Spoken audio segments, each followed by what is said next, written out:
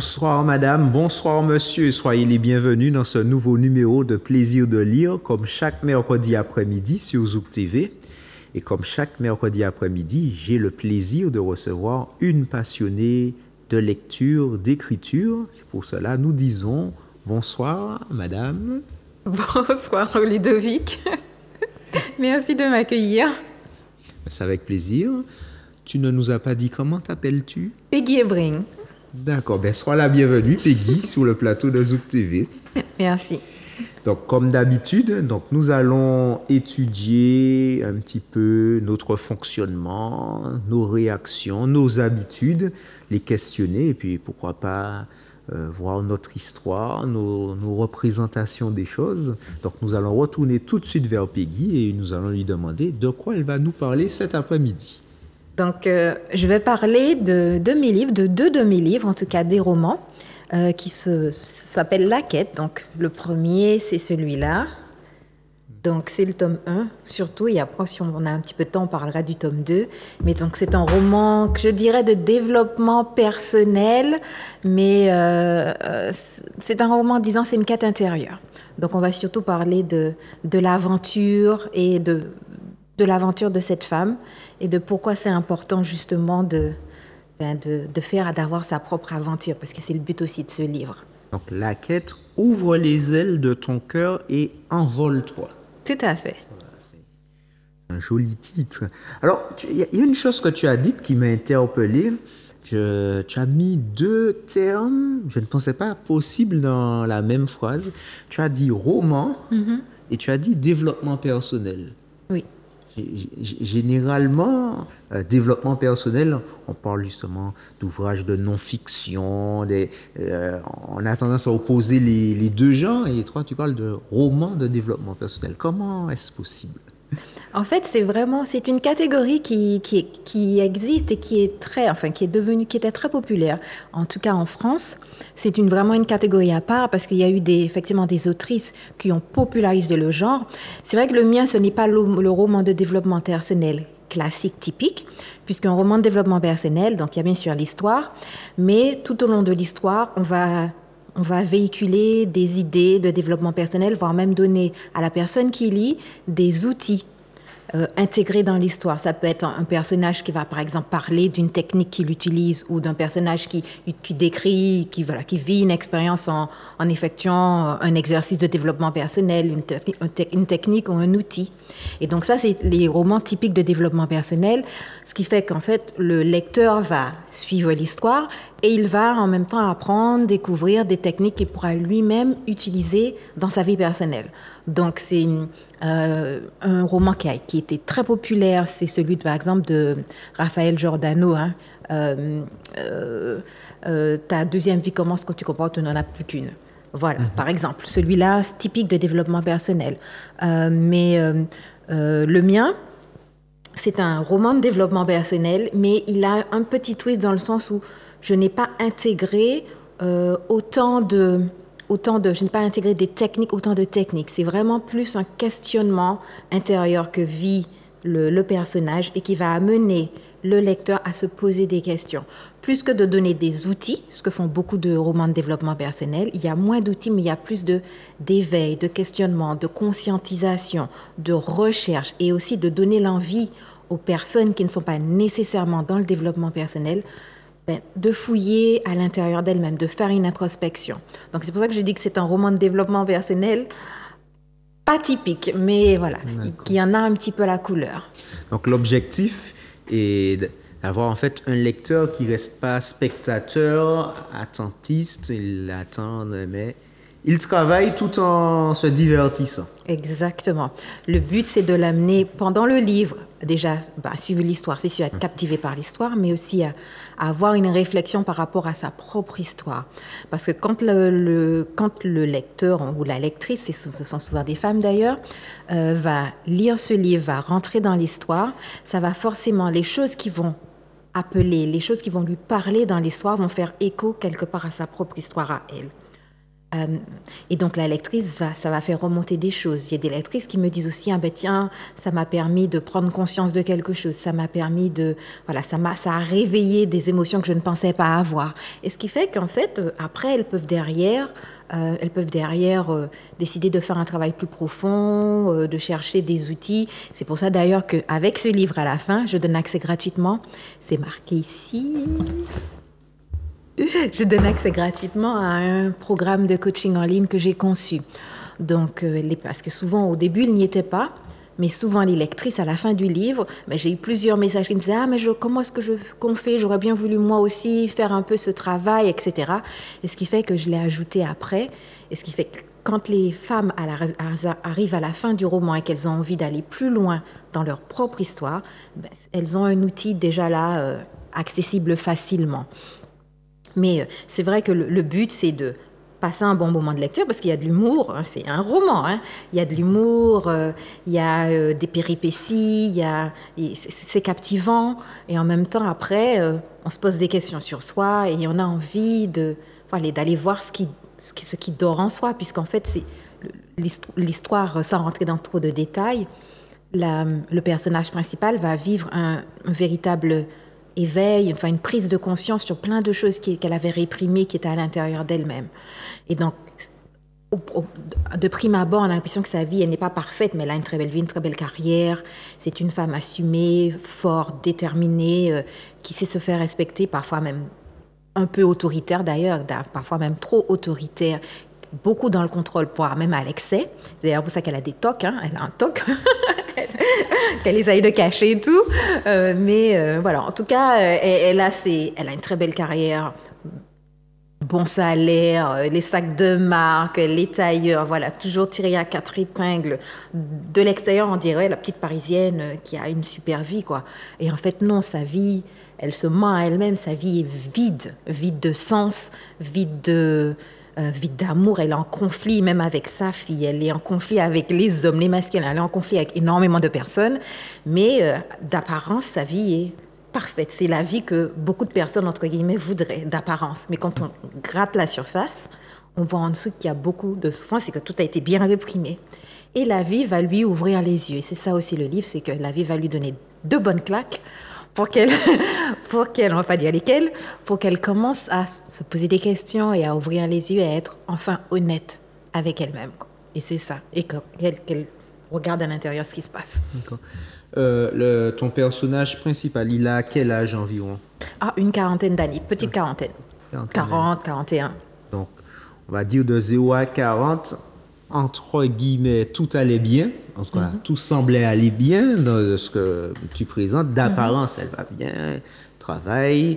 Elle semble avoir réussi au sens, je sais pas, de la société. Je ne sais pas si on peut dire ça comme ça. Tout à fait. Mais en réalité, ça cache un mal-être, malaise, etc. Et donc, il y a un questionnement qui arrive.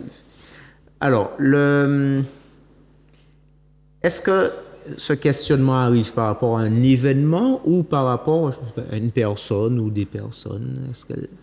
En fait, ce questionnement arrive par rapport à des révélations, en fait, des révélations. En tout cas, des questionnements sur son passé, une zone d'ombre de son passé qui va émerger.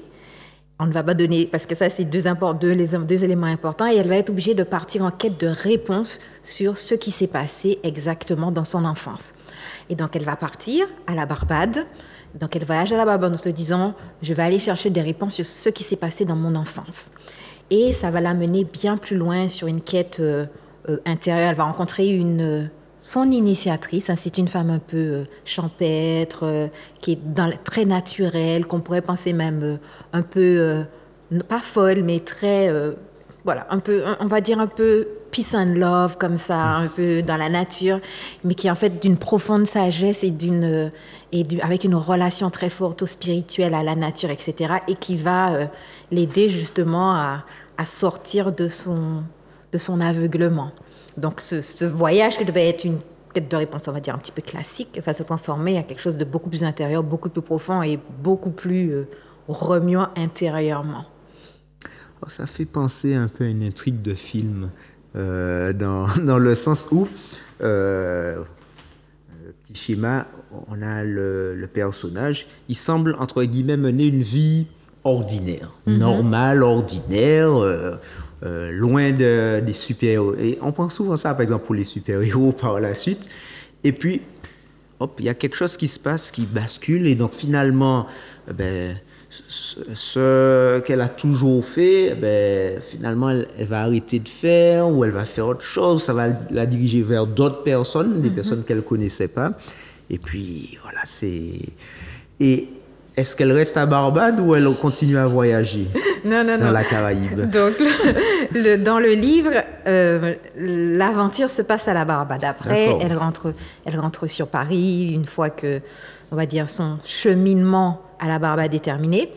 Mais non, oui, tout se passe à la Barbade. En tout cas, et essentiellement dans la nature barbadienne. C'est-à-dire que j'ai inventé une forêt. Il y a des parties qui sont vraies de la Barbade. Après, j'ai romancé parce que je voulais une nature un peu magique.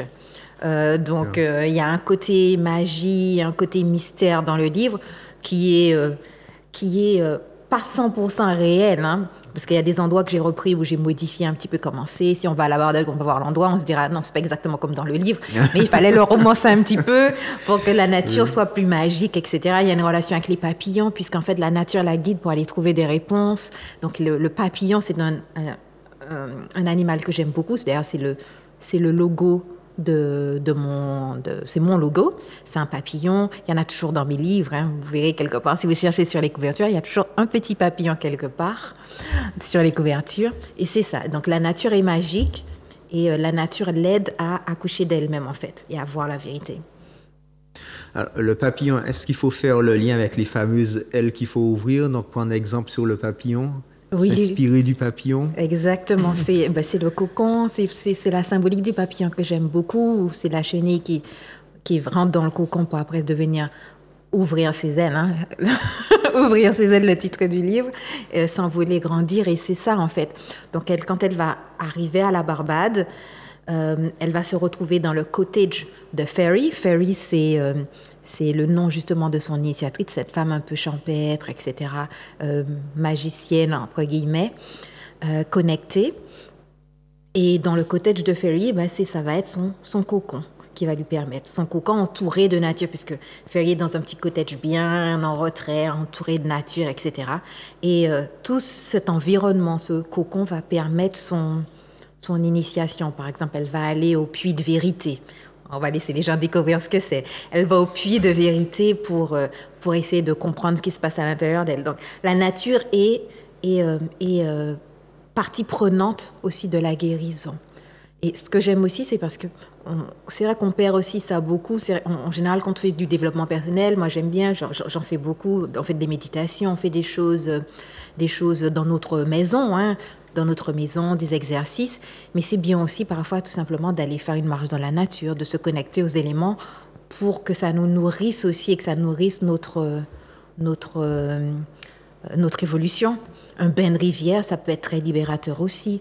Donc il y a aussi cette partie de la spiritualité qu'on ne voit pas toujours, ou en tout cas peut-être qu'on voit moins dans la spiritualité on va dire occidentale, et encore, mais qu'on va trouver beaucoup par exemple dans la spiritualité africaine. Donc c'était bien aussi d'intégrer la nature et le rapport à la nature et le contact de la nature, le contact avec la nature dans le cheminement de guérison. Donc grâce à la nature, grâce aux éléments de la nature, on a... En fait, je sais dans certaines conceptions, l'homme ou la femme, hein, l'être humain, fait partie de la nature. Mm-hmm. Et donc, géographiquement, spatialement, il est dans la nature. Et la nature lui permet justement de réaliser son épanouissement, de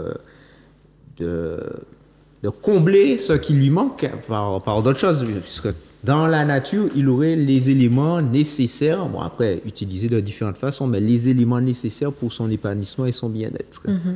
Ce que j'ai cru comprendre par le passé de certaines conceptions. Et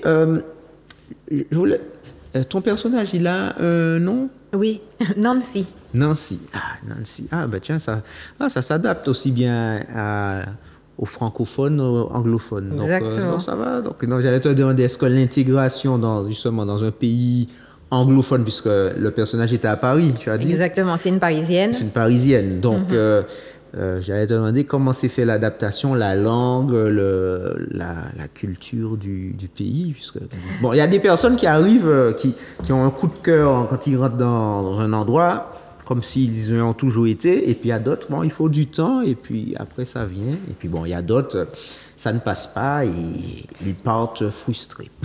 Oui, le personnage parle très bien anglais aussi dans la fiction, puisqu'en fait, elle travaille le personnage d'Annecy travaille en banque d'investissement. Je ne suis pas allée chercher ça très très loin. Travaille en banque d'investissement. Et donc, elle a travaillé aussi bien à New York. Elle a travaillé à New York et à Paris. Donc, à New York, donc, elle parle très très bien anglais. Donc, partir à la Barbade et se dépatouiller en anglais, c'est absolument pas un problème pour elle. Voilà. Donc, le personnage parle anglais. D'accord. Et alors, tu as dit le retour à Paris, c'est à la fin du livre. Oui. C'est à la fin. Donc, vraiment, tout le récit, c'est à Barbade. Oui, l'essentiel du récit. Il y a un petit peu au début, jusqu'à ce qu'elle ait ce déclic, qui est ce basculement, où elle décide de partir à la Barbade et tout le reste du livre se déroule à la Barbade. Donc, sa quête aussi bien de réponse sur son passé que sa quête initiatique, tout est à la Barbade. Pour revenir dans mon idée d'intrigue de film, puisque je me représente tout ce que tu dis comme si je suis au cinéma et puis je regarde le film. Je trouve que ça irait bien dans un film, je ne sais pas pourquoi. J'espère. Messieurs les réalisateurs, les scénaristes, venez me voir, on le transformera en film avec plaisir.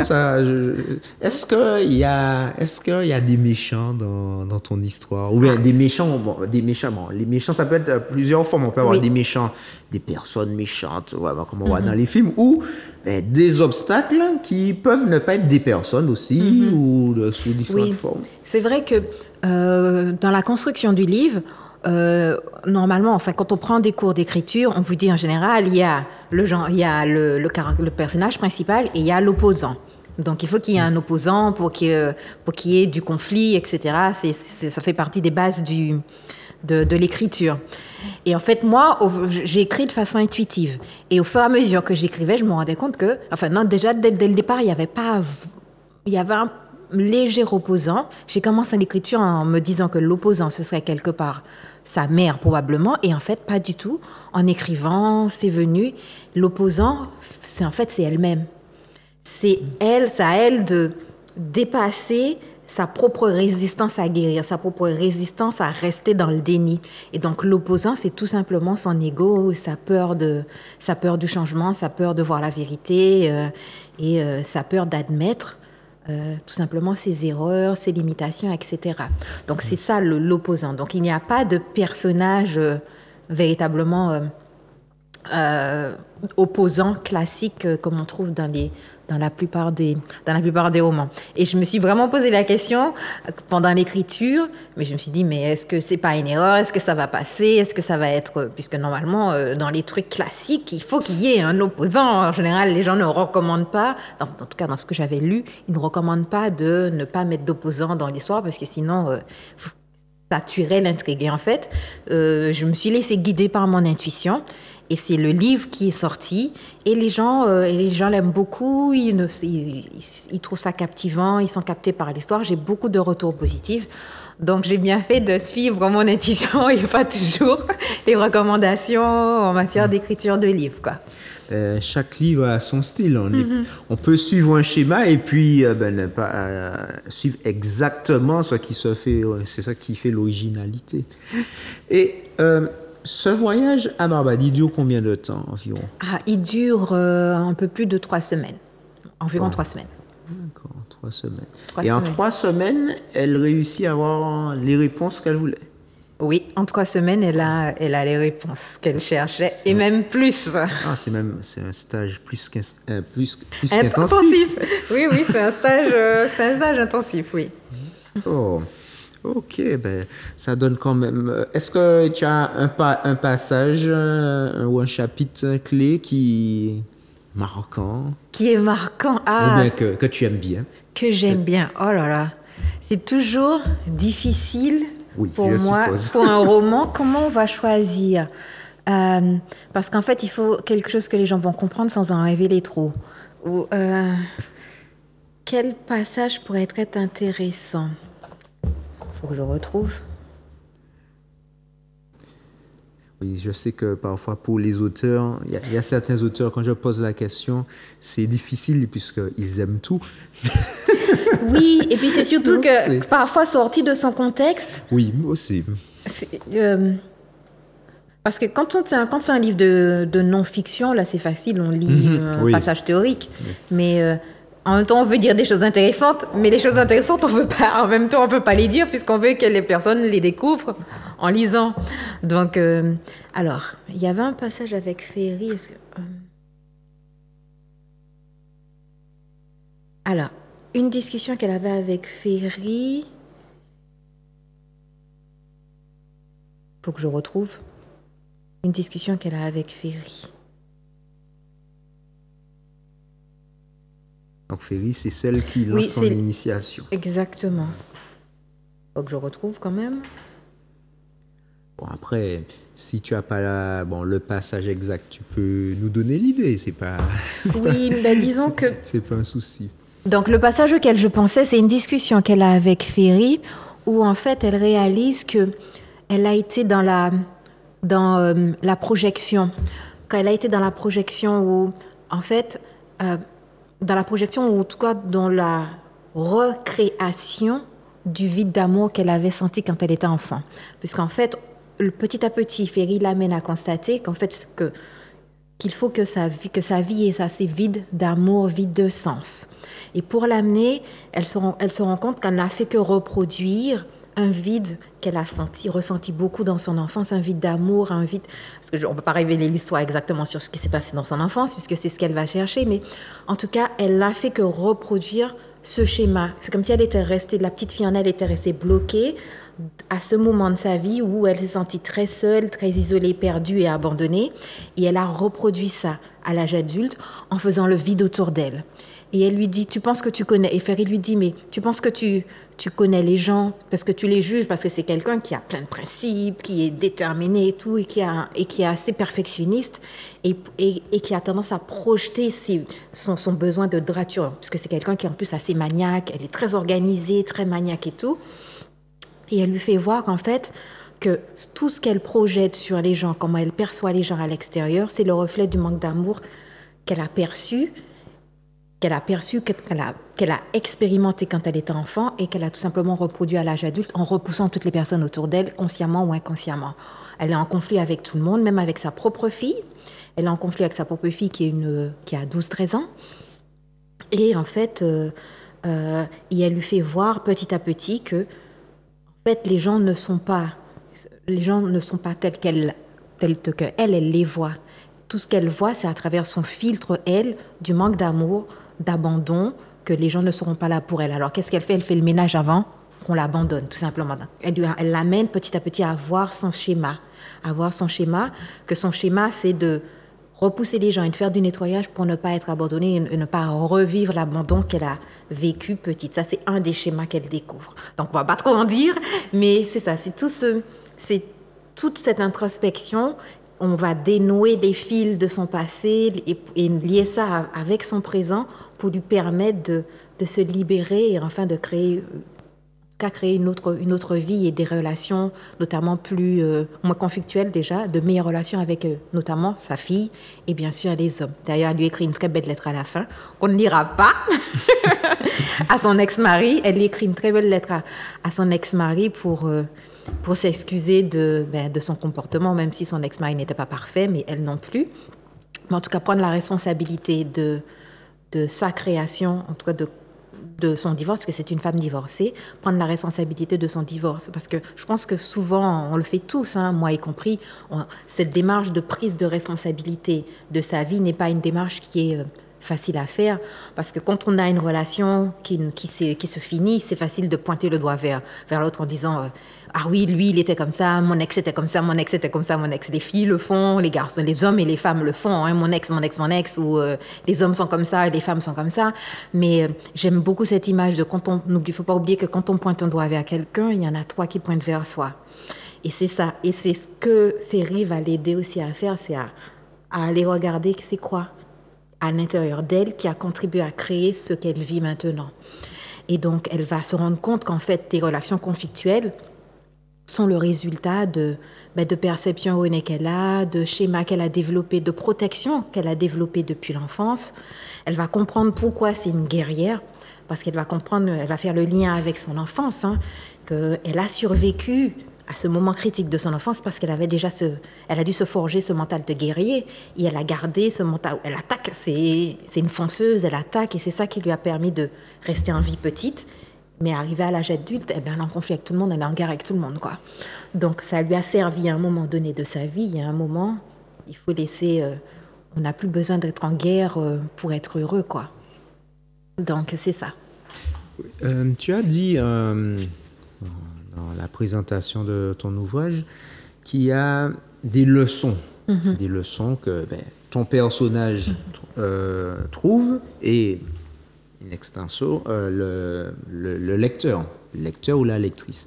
Est-ce que ce sont des leçons qui sont données explicitement ou bien ce sont des leçons qui amènent un questionnement aussi personnel pour le lecteur ou la lectrice? Il y a les deux. En fait, la leçon, par exemple, c'est prendre la responsabilité de ça. Une des leçons, c'est prendre la responsabilité de ce que l'on crée.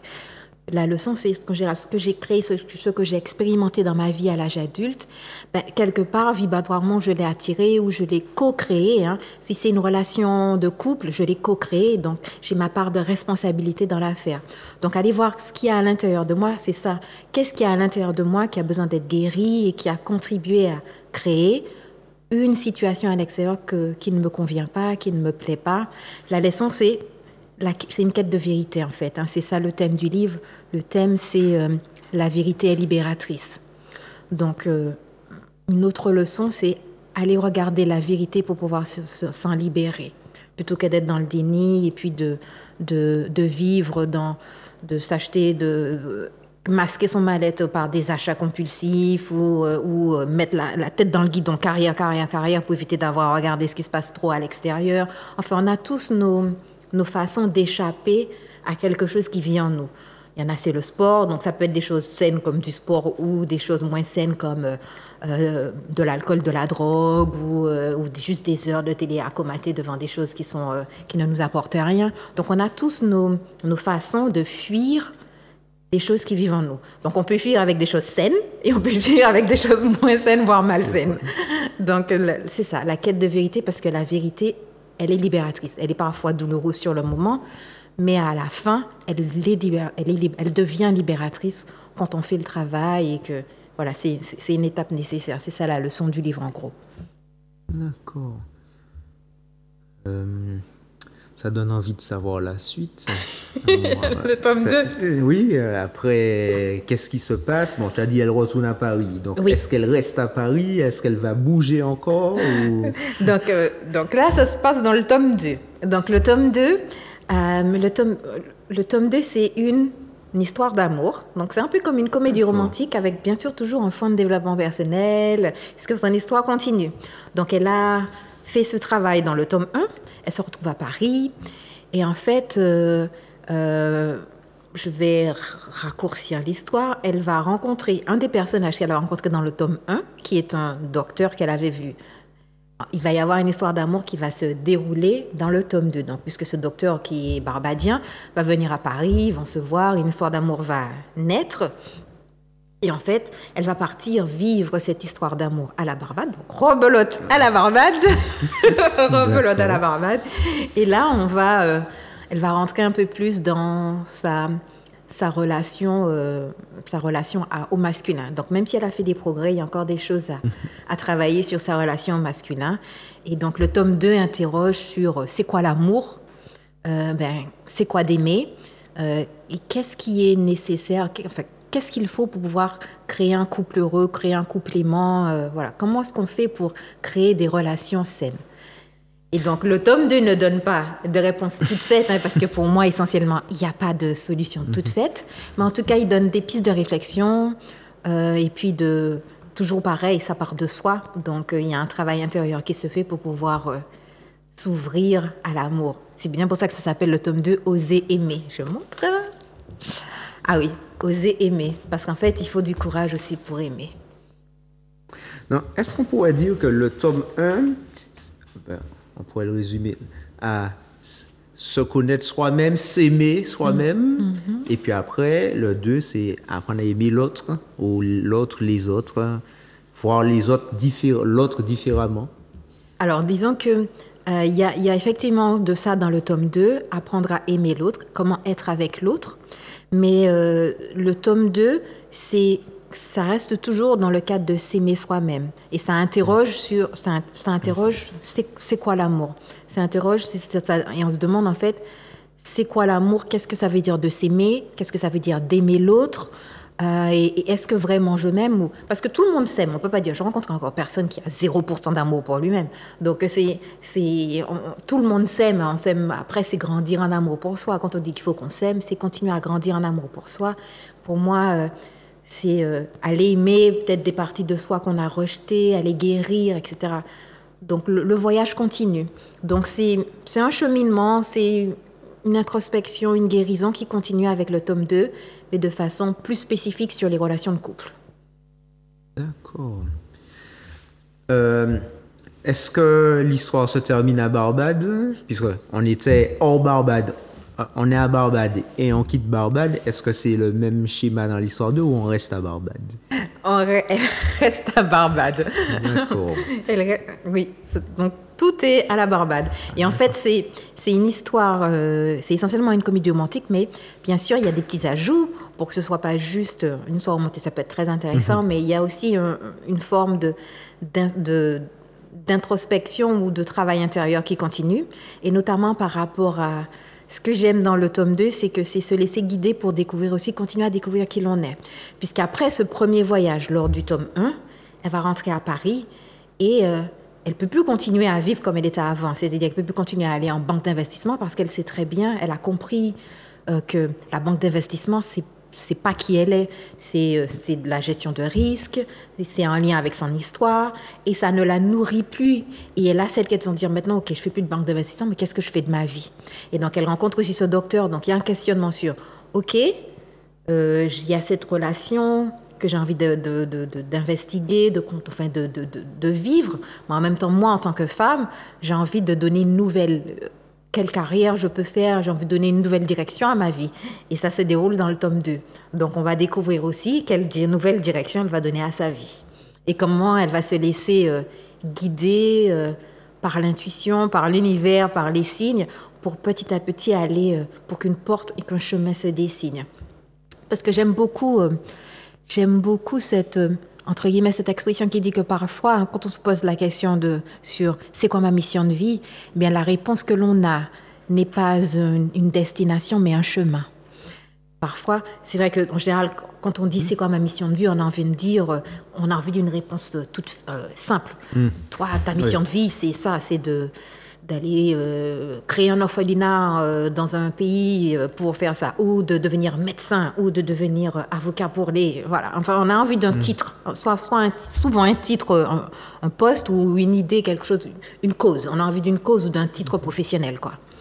Mais en fait, parfois, la vie, ça ne fonctionne pas pour tout le monde. Parfois, la réponse que l'on a, c'est prends ce chemin-là, fais un pas, fais 2 pas, fais 3 pas, et au fur et à mesure, on se révèle à soi. Et donc, c'est ce qu'elle va vivre dans le tome 2.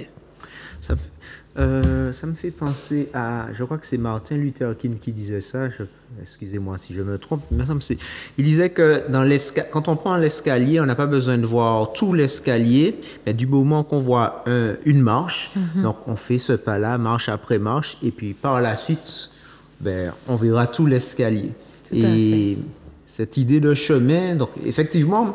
quand on parle de mission, généralement, on pense comme tu disais, sur le coup, je ne comprenais pas ce que tu disais, mais j'ai compris. Destination, quand tu parlais de destination et chemin. Donc, moi, je me suis dit, au début, quand tu as dit ça, je me suis dit, ben, c'est pas un peu la même chose, mais effectivement, la destination, c'est l'arrivée, le point final. Oui. Effectivement, c'est le point final. Et le chemin, ben, c'est la route qu'on est en train de prendre. Et on ne voit pas forcément la ligne d'arrivée. On sait que c'est un chemin, c'est le chemin. Comme on fait une course aussi, peut-être si on fait un marathon, on est sur le parcours, on sait que c'est le parcours, mais la ligne d'arrivée est encore loin. Voilà. Et donc, effectivement, la clarté peut venir par la suite. Bon, il y a des personnes qui, tout de suite, oui, moi, je veux faire ça ou je serai ça, etc. Et il y a d'autres, il y a des choses que peut-être elles ont changé et puis qu'elles ont appris à apprécier et puis ça les a dirigées dans un chemin. Oui, puisqu'il n'y a pas de chemin, de cheminement unique. C'est-à-dire qu'effectivement, comme tu dis, il y a des personnes savent très bien où elles veulent aller. C'est-à-dire qu'elles savent que leur cause, c'est ça, elles vont avoir. Quand je dis mission de vie, c'est même quelque part réducteur. Pour moi, maintenant, on ne parle pas de mission de vie, on passe plutôt de mission d'être. Voilà, pour moi, on est déjà dans sa mission de vie. Là, parce que quelque part, la mission de vie que tout le monde a, pour moi, quelque part, c'est d'aimer, d'être amour, d'être aimé et de traduire cet amour dans notre vie personnelle, professionnelle, de traduire cet amour dans quelque chose. Il y a des gens qui le mettront dans l'art, d'autres dans leur métier de chirurgien, d'autres dans leur métier de sculpteur. Enfin, voilà, c'est d'exprimer qui l'on est. Cet amour qu'on a à l'intérieur de l'exprimer à l'extérieur, là où ça résonne le plus pour nous.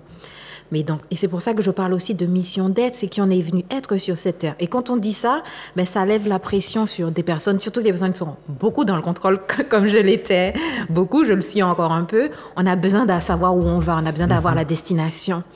Et en fait, ça lève la pression de se dire qu'on n'a pas nécessairement besoin d'avoir la destination parce que ça suffit de déjà être en chemin. Et c'est ça, on peut se relaxer, faire confiance à l'univers, faire confiance à l'univers, Dieu, enfin on lui met le nom qu'on veut. On peut simplement faire un pas après l'autre et ça suffit de savoir qu'on est en chemin et qu'on est guidé. Et parce que moi, pendant pas des années, moi je dirais 2-3 ans quand même, je disais c'est quoi ma mission de vie, c'est quoi ma mission de vie, c'est quoi ma mission de vie, c'est quoi ma mission de vie. Et en fait, j'ai pas eu de réponse. Au départ, on m'a dit fais ci, essaye ça. On m'a dit écris un livre. C'est quoi ma mission de vie? Écrire un livre. C'est pas de bien écrivain. On m'a pas dit tu deviendras écrivain. On m'a dit écrire un livre et ça s'est développé au fur et à mesure. Donc parfois on a des réponses, une destination claire et parfois on a juste le pas suivant. Et ça suffit. Et enfin ça suffit. Ça suffit pas toujours, mais avec le temps, on apprend à faire confiance qu'on est en chemin tout simplement.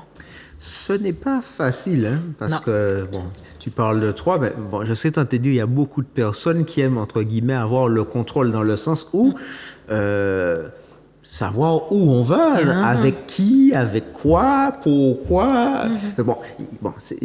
On est tous différents. Je connais des personnes, on leur dit, fais ci, fais ça, sans poser de questions, la personne fait, il n'y a pas de problème. Il y a d'autres personnes qui ont dit, mais pourquoi je dois... Par exemple, tu as deux chemins, tu as gauche-droite, on dit, va sur la gauche, et tu dis, mais pourquoi on ne peut pas prendre la droite? Et la personne, tu lui dis, va sur la droite, tu lui dis, pourquoi on ne peut pas la gauche? Donc, oui, savoir, oui, ça mène où, pour faire quoi, pourquoi, c'est pas toujours facile. Non, c'est ça le lâcher prise aussi.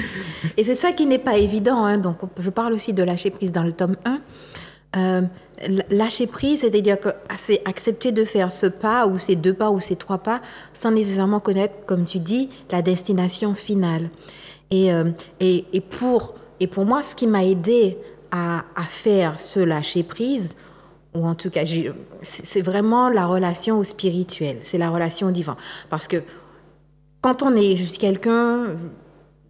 j'étais beaucoup dans le contrôle. Je le suis moins maintenant, mais j'étais quelqu'un qui a travaillé en banque d'investissement, très logique, rationnel. Il fallait qu'il y ait une certaine...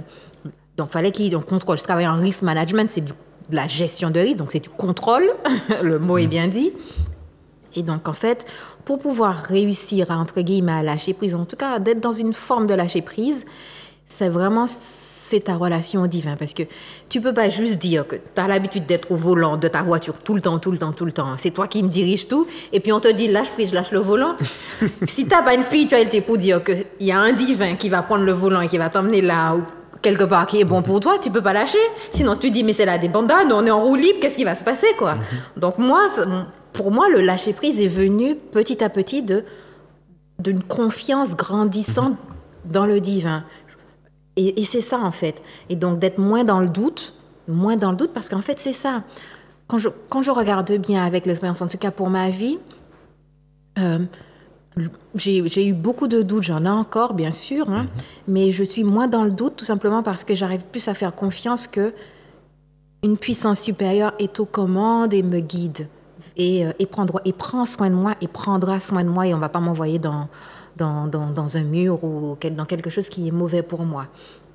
Et donc, ce lâcher-prise, j'ai moins de doutes parce qu'en fait, je me dis, si on regarde bien, si on a un doute, le doute vient quelque part, quand on a une spiritualité, de manque de confiance en le divin.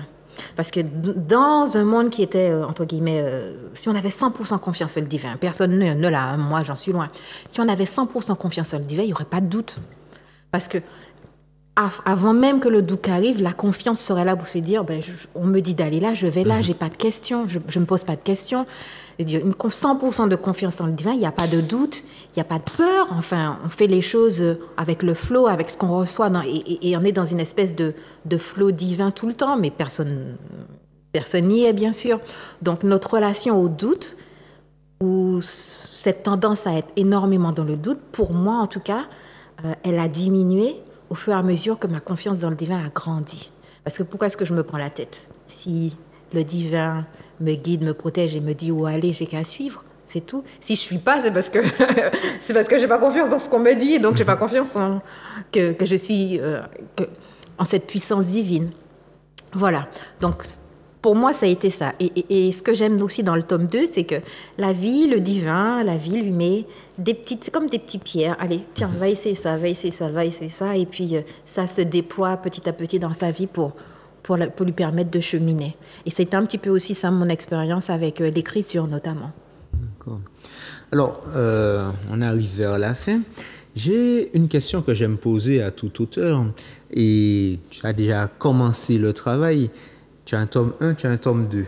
Est-ce qu'on peut imaginer un tome 3 ou bien dans le 2, c'est fini, c'est la fin? Non, il y a un tome 3. Il y a un tome 3. J'ai commencé à l'écrire, mais j'en suis au tout début. D'accord. J'ai écrit une dizaine de pages, donc pas avant 2025. Fin 2025 au mieux. D'accord. Donc, ce qui montre, comme tu disais, pour le tome 1, la vérité, donc c'est un processus.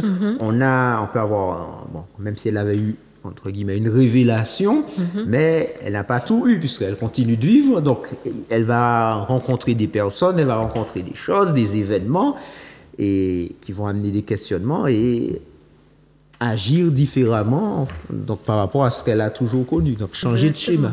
Exactement. Et puis, c'est le processus de la vie. Hein. Donc, à un moment, on fait ce travail, mais on n'est jamais arrivé. C'est comme l'oignon hein, dont on parle en développement personnel. On enlève une couche, il y a encore des couches en dessous à enlever.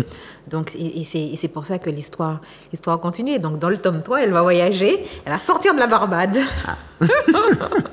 Et elle ira ailleurs. D'accord, on attendra de voir quand ce sera fini. Voilà. D'accord. Alors, est-ce que tu peux nous rappeler les titres de tes 2 ouvrages? Oui, alors le premier, c'est La quête, ouvre les ailes de ton cœur et envole-toi. Ça va apparaître à l'écran. Ok, c'est pas la peine de le montrer. Et le deuxième? La quête, oser aimer. La quête, oser aimer. Donc, la première fois, on avait ouvert les ailes. Donc, oui. On invitait à ouvrir les ailes. Donc, oui. Elle a ouvert les ailes. La deuxième fois, on ose l'amour. Aimer, voilà, on ose aimer. Mais d'une certaine façon, oser aimer, c'est une autre démarche pour ouvrir ses ailes. Exactement. On ouvre ses ailes différemment ou bien on va à un autre endroit avec ses ailes. Oui, exactement, parce qu'en fait, on va déployer ses ailes. Après, on peut décider de s'envoler, et puis en fait on fait un tout petit tour et après on revient tranquillement au nid et voilà, on a fait un petit tour mais un peu craintif où là on décide d'ouvrir ses ailes et puis de partir dans le grand voyage, de faire un long voyage, etc. Et de ne pas retourner dans le cocon sécurisant que l'on connaît. D'accord. Je pense que je commence à comprendre l'allégorie du papillon. J'ai pas dit que j'ai tout saisi, je commence. Mais en tout cas, merci beaucoup Peggy pour ta présentation. ça nous amène à nous rappeler que il y a toujours des questions, des réponses, et les réponses sont possibles. Ça vient peut-être pas au moment où on aurait voulu, mais sous la forme qu'on l'aurait voulu. Aussi sous la forme, oui. Mais oui, ça vient toujours. Merci de m'avoir invité. C'est avec grand plaisir. En tout cas, merci, chers téléspectateurs, d'avoir passé ce temps avec nous. Si, comme Peggy, vous souhaitez présenter un ouvrage, un livre qui vous tient à cœur, c'est possible. Il suffit de composer le numéro qui s'affiche à l'écran, à savoir le 06 96 19 41 13. Et nous nous ferons un plaisir de vous recevoir sur le plateau de Zouk TV dans Plaisir de lire. Nous vous souhaitons une bonne fin d'après-midi et nous vous disons à très bientôt.